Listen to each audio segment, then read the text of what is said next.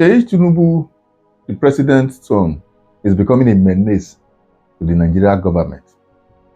I believe if the president has immunity as the commander-in-chief of the armed forces, the #1 citizen of Nigeria, and the mom, the first lady, which eventually you and I know that that office is unconstitutional. During the time of Buhari, you know that that office was not functional because it wasn't backed by law. Now, we have seen so many cases recently where some governors are running haters-scatter, those who have vowed never to leave their party. All of a sudden, they are now cross-carpeting just to protect their interests.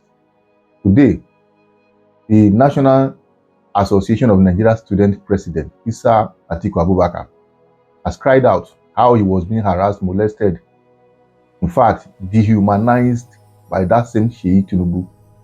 What happened, according to him? He was invited to Lagos. Getting there, he was offered 100 million naira just to support their political ambition in 2027. And according to Isa Abubakar, he said, "Your father has not done anything tangible that will make me speak for him in re-election. If peradventure you really mean well for Nigeria, 100 million naira is a big or huge amount of money. Add it to whatever you intend to do and let it be visible for people to see. Whatever project he puts on ground that is working on will eventually make people to vote. You don't need to bribe anybody." When it became so clear to them that he was not ready to take the bribe, he was abducted on the 15th of April, beating the living daylight out of him. Let me not use the word being kidnapped. That these things were done in collaboration with the DG of NTA. They gave him an offer that he must resign his appointment because they know that office controls a larger percentage of Nigerian youth, most especially the students in various higher institutions, which you all know that they are up to good sizable numbers of Nigerians that can decide the fate of any election. If truly they really want to participate in any election. He was coerced, he was forced. Eventually, he wrote, he made that press statement to them. It was recorded just for him to save his life. And today, he has come out to narrate the entire story, how he was being brutalized. This is such a barbaric act that we shouldn't condone. This is not the first time we are seeing a president having children. The fact that your father is the president of Nigeria doesn't mean you are above the law. It is shameful that up till now, the police are yet to even ask him or question him and know the plain truth about the whole issue. Now here, Mr. Abubakar, hear him out. I was invited to Lagos to meet with Seyi. I met with Seyi and the Minister for Youth. The Minister for Youth, when he saw me, he hugged me in Lagos. We talked, and I was to be offered 100 million naira. But the thing is, it's not all about money. There are things which I stand for. You cannot ask me to begin to promote a president who has not done something for me to say he has done it. If he does something good, I will promote him. We will support him as the president and commander-in-chief. But where he is, you cannot say I should keep quiet. I won't do that. That we couldn't settle. And they felt that I'm being stubborn not to accept money and to come to Lagos without accepting money and going back. So they planned my abduction, and on the 15th, I was abducted.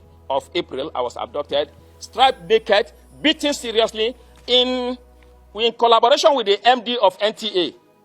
The MD of NTA, I was packaged to NTA to make involuntary statement that I am no longer, that I have renounced my position as NANS president. I did that to gain my freedom, but immediately I released a press statement that I was forced, it was under duress, and because I was naked, I was beaten. They claimed that they will share the video. That Seyi told them that they can share the video, nothing will happen. And that even if they kill me, he will order, that was the word Ladoja used. It is Ladoja that is telling me this, that he will instruct, yes, he will instruct the Inspector General of Police to cover it up. And if he doesn't do that, that he will go. So I now asked, even this morning when somebody was telling me that, you know who Seyi is, I say, yes, Seyi is an ordinary citizen like myself. He's not occupying any official position.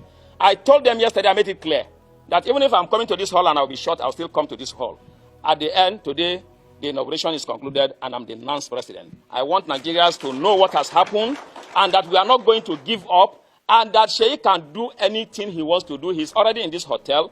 This inauguration wouldn't have held. You can see the organization is not correct. See the way the things was hardly done. I told the MC, quickly start. Don't do no protocol.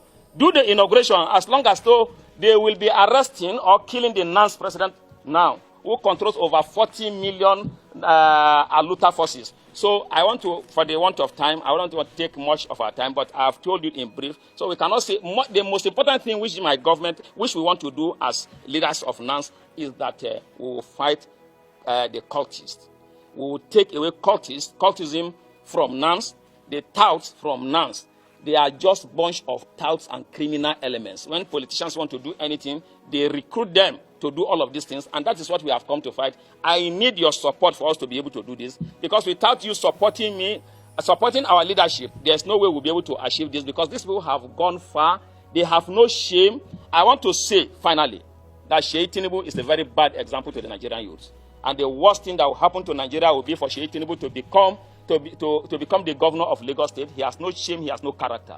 I have been strapped naked, he has my video in his phone. If we are in a country where things work, they are supposed to trace that in his phone, and he should be prosecuted. I do not know if what he wants to do with my naked video in his phone. It is also in the phone of the Senior Special Assistant to the President on Student Affairs. The secretary, while we went to submit a letter to the Minister of Defense, the essay to the Minister of Defense told him that he saw my naked video while they were beating me, that is also in his own phone. This is the country that we are, but they are making a mistake with the wrong person. The honest solution to this for them to do the right thing, or they should quickly terminate my life. I thank you very much for listening, Your Excellency. The Inspector General of Police, I want to beg you, sir, go and look into this issue. Invite Seyi Tinubu. It's not above the law. The president have immunity, and some of these things, if maybe it's being applied to him, they might just let it be for a while. The moment he step out of office, they might petition him.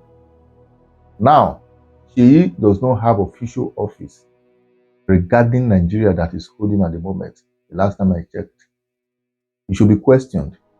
They have to question him, because if you cannot question him, everything about Isa Abubakar, what he just narrated, I see no reason why other citizens will also involve in such act, and you now have the audacity to invite them and begin to question them. We are equal in the sight of God Almighty. These are some of the things we do not want to be hearing, because if we have to condone this, that goes to show that we are living in a lawless society. Now it's now getting clearer that every assignment given to each and every one of them, the use is for Seyi to bring into APC. Why other political leaders in APC are also doing theirs, just to make sure that governors are in. Nobody is talking about the insecurity in the country at the moment. Whether people are buying or not, none of their business. All they want is how to make sure they continue from 2027. We Nigerians, it's not left for us to decide what we want or what we don't want. If you have to continue this way, we suffer. Everybody will enjoy it together. If not enjoyment, go enjoy it together as well. Now, for the Inspector General of Police, once again, please invite Seyi Tinubu. It's not above the law.